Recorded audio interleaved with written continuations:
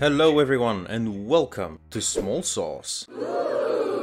A series just like The Perfect Sauce, but smaller because I don't have that much to say. Today, we're going over Friday the 13th, the game, developed by Elphonic and published by Gun Media in 2017. Now, if you follow gaming news, you'll probably know that this game will be going away due to licensing issues. Gun Media's rights to sell Friday will expire on the 31st of December 2023, at which point the game will be pulled from stores while the game's multiplayer functionality will work until next year. I should clarify though, the license is not inherently the issue, but rather the lawsuit situation around the franchise. In a nutshell, Victor Miller was the writer of the original Friday script. Ironically, the movie that featured Pamela Voorhees, Jason's mother, rather than himself as the killer. Regardless, Jason does make an appearance, and he's clearly hinted to be still alive, setting up his appearance in future sequels. Anyway, the main idea around the lawsuit is that copyright law states that the original creator can acquire the rights to their work after 35 years have elapsed since its creation. The rights to Friday's IP were held by filmmaker Sean Cunningham, and rather than let the rights return to Miller, Cunningham opposed that, which eventually culminated in a lawsuit between the two. This lawsuit had unfortunate implications on productions related to the IP, in the sense that they had to cease. The game itself could still be sold and left online, though no new content would be added. So focus instead would be shifted to balancing, bug fixing, and optimization, which, let's be honest, it absolutely needed. Now, why do I want to talk about a game that was released to mediocre reception and really isn't all that noteworthy otherwise? I mean, this shutdown announcement has been the only thing that's attracted my attention to it in years. Is it just an excuse for me to get its trophies and make a video about it? Well, yes, but I do want to experience some nostalgia as I did play this game back when it was released in 2017. Apart from that, I think it's also an interesting case we can use to discuss licenses and their implications on games, as well as talk about what seems to me to be a case of negligence and even incompetence in caring for a game that people have already paid for. I also want to mention that the way I usually review games is by getting all of their trophies first and then talking about the entire experience. Keep this in mind because foreshadowing is a narrative device. Let's start first by talking about what the game is about and work our way from there.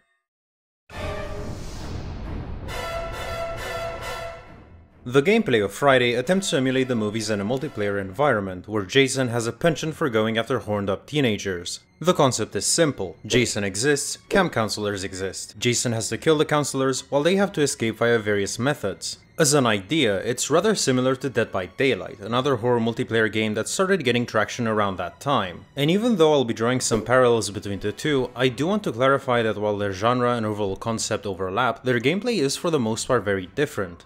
Here's a fun fact, I was actually playing Dead by Daylight at the time and I found myself quite disenfranchised with the game's balancing, bugs and performance issues. So I looked up to Friday as what is known by the community as a Dead by Daylight killer, as in a game that would really challenge it and even take a substantial amount of its player base. Needless to say, I was excited at the prospect, seeing it as a release that would challenge Dead by Daylight's position as the go-to horror multiplayer game and even push its developers to do better. And boy, what a foolish little soul I was. The only way Friday would have been able to kill Dead by Daylight is if Dead by Daylight would have already been dead. Anyway, onto the gameplay. As counselor, your goal is to escape. You play in one of several small open world maps based on places from the movies. There are several buildings spread out where you have to search for key items that can help you escape, or items with defensive or offensive capabilities to help you and your teammates against Jason. I really like how these cabins and buildings emulate the idea of vintage camping and aesthetics and functions, because not only do they look the part, but they also offer you strategic advantages. Basically, being outside as a counselor is where you are at your most vulnerable. There's not much you can do other than run and spend your stamina rapidly, and if Jason is pursuing you, you'll inevitably get exhausted and he'll get you. What makes these buildings great for you is not only you can find valuable items, but they're great in wasting Jason's time as your teammates do objectives. It's a good idea to prepare these cabins by barricading their doors or setting traps, while using windows to get in and out. So when Jason is onto you, you have a route of several prepared cabins to maximize wasting as much time as possible. In the meantime, other players have to find items like car keys, fuel, batteries to make progress and other means of escaping. You can escape via car, boat, or police. The way you repair them gives strong Dead by Daylight flashbacks, but the escape sequence is very different, which I think is a neat way to spice up the gameplay via some variety. However, transporting these key items will make you somewhat more vulnerable since they take up an inventory slot or must be carried. So in that case, you cannot carry stuff for your own protection like bats and guns. Now the repair sequence itself is critical, because any mistake will alert Jason as to what you're repairing and set you back. And here is where the characters you use make a difference. Everyone has different stats and they excel at different things, so a character with high repair skill can repair lightning fast with minimal risk. Apart from that, each method of escaping can save up to several counselors, so the game lets you engage in a dynamic where you can be a team player or a selfish little prick. As Jason, you'll go up against 7 counselors and try to eliminate them one by one. You start out in front of Pamela, who demands you kill everyone. Make them remember what they did to us, Jason. Kill them. Okay. At your disposal, you'll have traps that you can place to block objectives or common routes, and knives you can throw to damage counselors from afar. You also have 4 abilities, with the first being unlocked from the get-go and the rest unlocking as the match goes on. The first lets you teleport to wherever you select on the map, though more often than not it will feel imprecise and confuse you as to where you actually teleported. The second will reveal scared counselors in red, either highlighting them if they're outside or highlighting the building they're in. Then there's Shift, which gives you some mobility as you move really fast to cut off counselors. And lastly, there's Stalk, which eliminates the terror radius music that counselors hear when Jason is nearby. The last one I didn't really find all that useful. The only thing that it does is make counselors look backwards to check if Jason is still following, and maybe lead to them making a mistake. What you'll be doing for the most part is just chasing players building to building and destroying doors and windows. Now, counselors will still be able to go through broken windows, but it will slightly damage them. So it essentially becomes a game of attrition, as Jason gets rid of as many safe spaces as possible while getting players to use their resources and eventually be left vulnerable. Lastly, Jason will also be able to enter Rage mode, which is something that fills up automatically over time and as counselors damage and inconvenience him. This buffs Jason to be more effective, as he's no longer stunned by a few means and makes him break through doors and walls much faster. This is what happens in a match in a nutshell, and it may all sound well and good, but let's talk about what the game does well and what it does poorly in a bit more detail in the next parts. Let's talk about the good, and I predict that this section will be rather short. The game does well to establish a horror feel, and the way it does so is rather unique. There's something engaging and even cinematic in preparing cabins as a line of defense, barricading them and setting traps. And once Jason is onto you, you have to barricade and search for things as you go, which feels exhilarating. Just as well, counselors react to dead bodies, which can catch you off guard and spook you. And escaping via cars and boats is thrilling. Cars, for example, change perspectives, and Jason will receive a notification that you've got them working, so it can turn into a tense chase. Apart from that, I feel that the larger player count of up to 7 counselors is also rather nice. Dying is far more prevalent. It's not like Dead by Daylight where you have to hook people repeatedly before they're sacrificed. Any mistake can have you dead in the first minute of the match. You can even die from accidents if people shoot you or run you over with a car, which for some reason I always find funny. The game establishes that dying is to be expected and escaping is difficult and often requires cooperation. And the nice thing is that the game is rather non-committal about its matches, since you can leave at any time without any punishment. But we will be returning to this because it does lead to several problems. Having this many counselors enables you to split into small groups, explore parts of the map and progress through objectives or waste as much time with Jason. Not only that, but the choice as to which counselor you play is also strategic. Deborah, for example, has a high repair skill, but she's otherwise useless in fighting Jason, so it's smart to pair her with someone like Bugsy, who's great at fighting and protecting. But aside from that, as a macrocosm, it's cool to have different counselors teaming up and exploring different parts of the map, with some distracting Jason, leaving items behind. It feels compelling as fewer and fewer counselors remain, and you're left to pick up the pieces for a chance to escape. The last thing that I like is that there's a hidden way of winning as counselors. Well, apart from waiting out 20 minutes. Much like the movie franchise, Jason can also be killed in the game, which is not just a neat feature, but also a task that requires a great deal of coordination. This requires you to call for help, which summons Tommy Jarvis, a recurring character in the franchise. You also need to damage Jason enough that his mask falls off, and find the killer's shack, Jason's shack, and retrieve Pamela's sweater. It's a very rare thing to happen, and you'll likely not get to see this during normal gameplay with randoms. Most of them are children. Did you pray today? Wait, what? But I really appreciate that this way of winning was included. And that is pretty much all I have to say about what I liked about the game. Ooh, that's kind of small. You will have noticed how I didn't really say much about playing as Jason in the previous part, and that's because it's awful. Let's start with the fact that just like with counselors, you can choose between multiple Jasons from the movies, and they all feature different weapons, advantages and disadvantages. The latter is what I want to focus on. These disadvantages include different stuff, like having less hit points or having less traps, but then you also have stuff like not being able to run, which...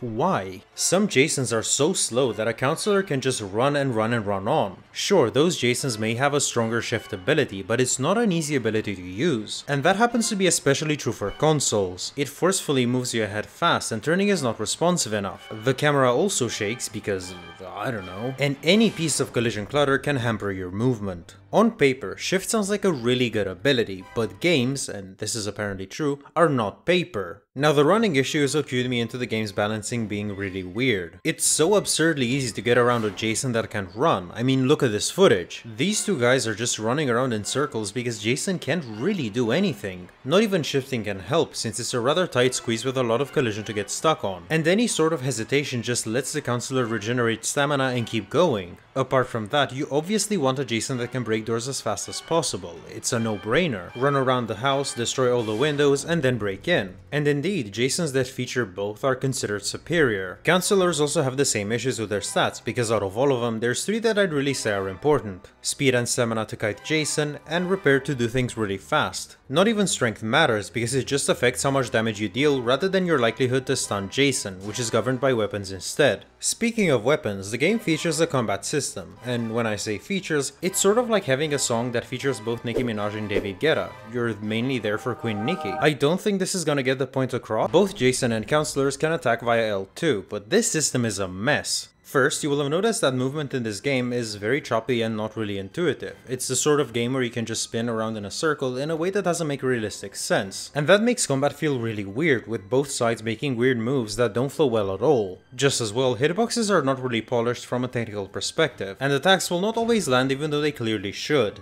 And what's worse is that your weapon can get stuck as Jason, leaving counselors with the opportunity to get away or reply in kind.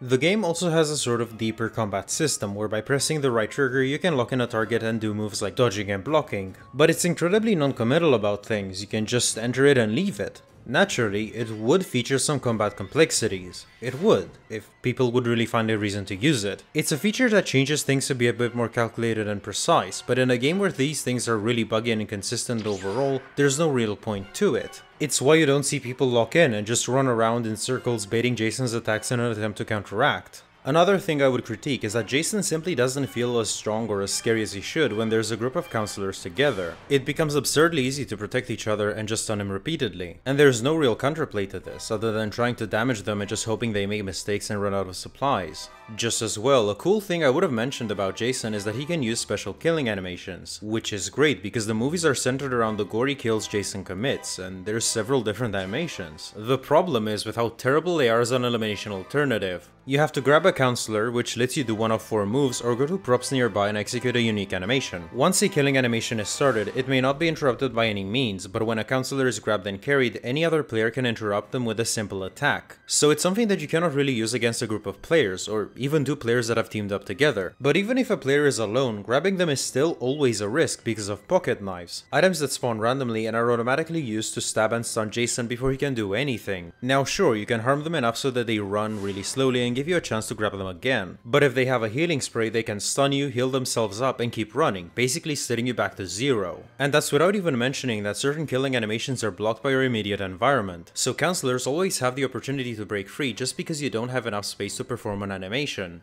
Nonetheless, it's just far more efficient to keep attacking them till they die, because the game's design simply discourages using one of the most iconic things about Jason. Lastly, there are several touches that just highlight a lack of polish, like voice actors having the same lines over and over again and just cutting off weirdly whenever you call for help. We need your help! Help! I know this is a bit pedantic because the game's lack of polish is quite evident, but don't you worry, good little viewer, it gets worse.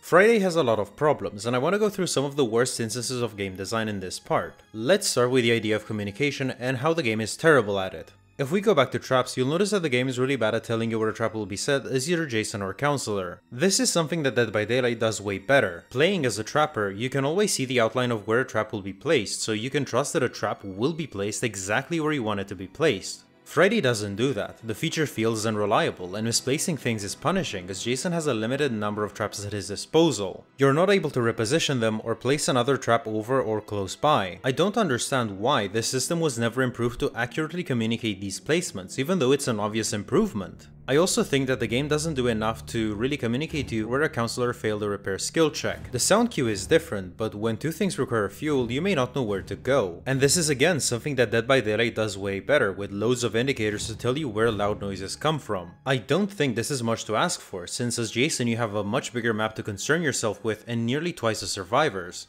Let's also talk about the concept of counterplays and how the game doesn't really feature much of any such thing. If we return to traps again, you'll notice that there's no counterplay to them, at least for Jason. Counselors can disarm them by crouching and using a pocket knife, or just bite it and heal because they aren't punishing enough. But Jason can do nothing but step on them to disarm them. This leads to a really unfair dynamic as Jason has a limited number of traps while Counselors can reuse them infinitely. And they can be set up in ways that are unavoidable near doors. Sure, you could use shift to get over them, but if a Counselor gets out, you might be stuck inside and have to step on the trap anyway, unless you can teleport out. And even then, they can just get back inside.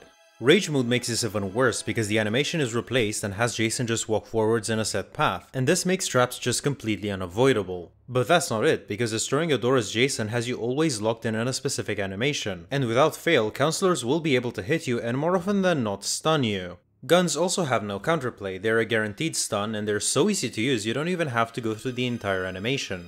The gun cutter treats the gun as a total weapon. Even things that have counterplay are quite poorly thought out. Like sure, you can break windows and that will damage players when they pass through them, but some windows are placed in such a way that they're insanely accessible and incredibly annoying to play around as Jason. Even broken, Counselors can still use them as a safe haven to restore stamina while Jason has to go the long way round. The damage itself is negligible and healing sprays patch you up quickly. Imagine not being able to go through windows and them being everywhere in Dead by Daylight, as well as being able to heal pretty much instantly.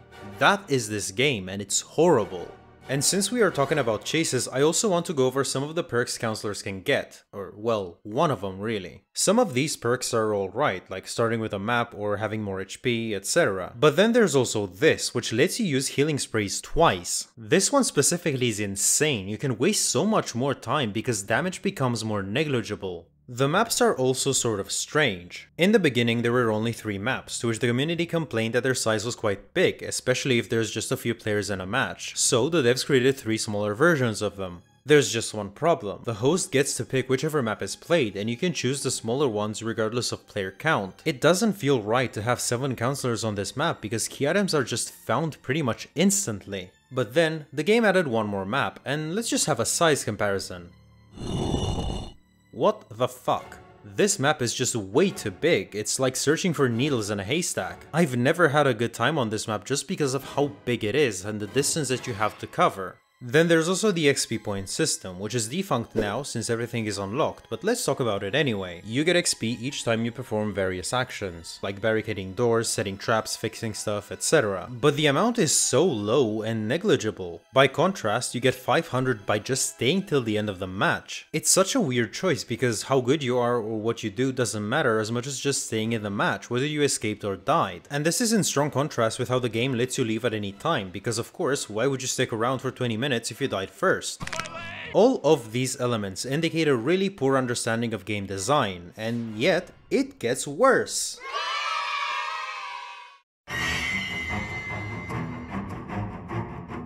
Friday the 13th feels broken and abandoned. It's undeniably glitchy with amateur problems like getting stuck on terrain, but let's talk about the peer-to-peer aspect of it. It's essentially a game that doesn't use dedicated servers and instead relies on individual players hosting the matches with their own internet connection and hardware, which I don't inherently mind. For a dying game, it's a good way to ensure some functionality while saving on costs, but having no penalty for leaving is a terrible idea. Anyone can just leave at the start because they didn't get to play as Jason, and the host can do that too. Oh, you finally got to play as Jason. Well, the host left, or their connection went on and had to take a dump. And the game can also crash at the end because fuck you. It's such a mess and you will instead want to host because you know you wouldn't leave. But this is the game's performance when you're the host. Count these damn frames and get ready for them to become even worse when it's raining. Optimization is abysmal, it's an obvious flaw and it's something that should have been fixed years ago. Oh look, party confetti!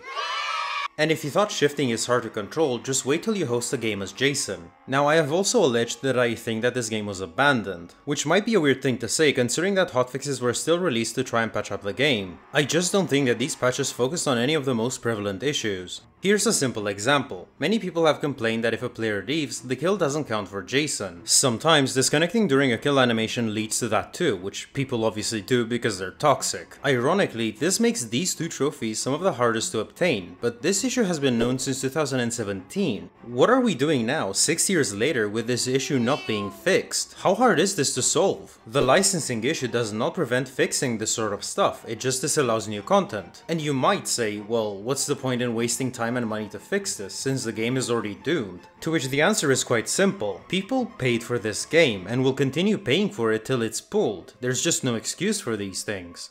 And here's the worst thing about it. There's one trophy that is about playing a match as each counselor. I did just that, and noticed that it didn't pop. On a closer look, I also saw that the trophy for 13 kills wasn't unlocked, and that's when I decided to check the problem out.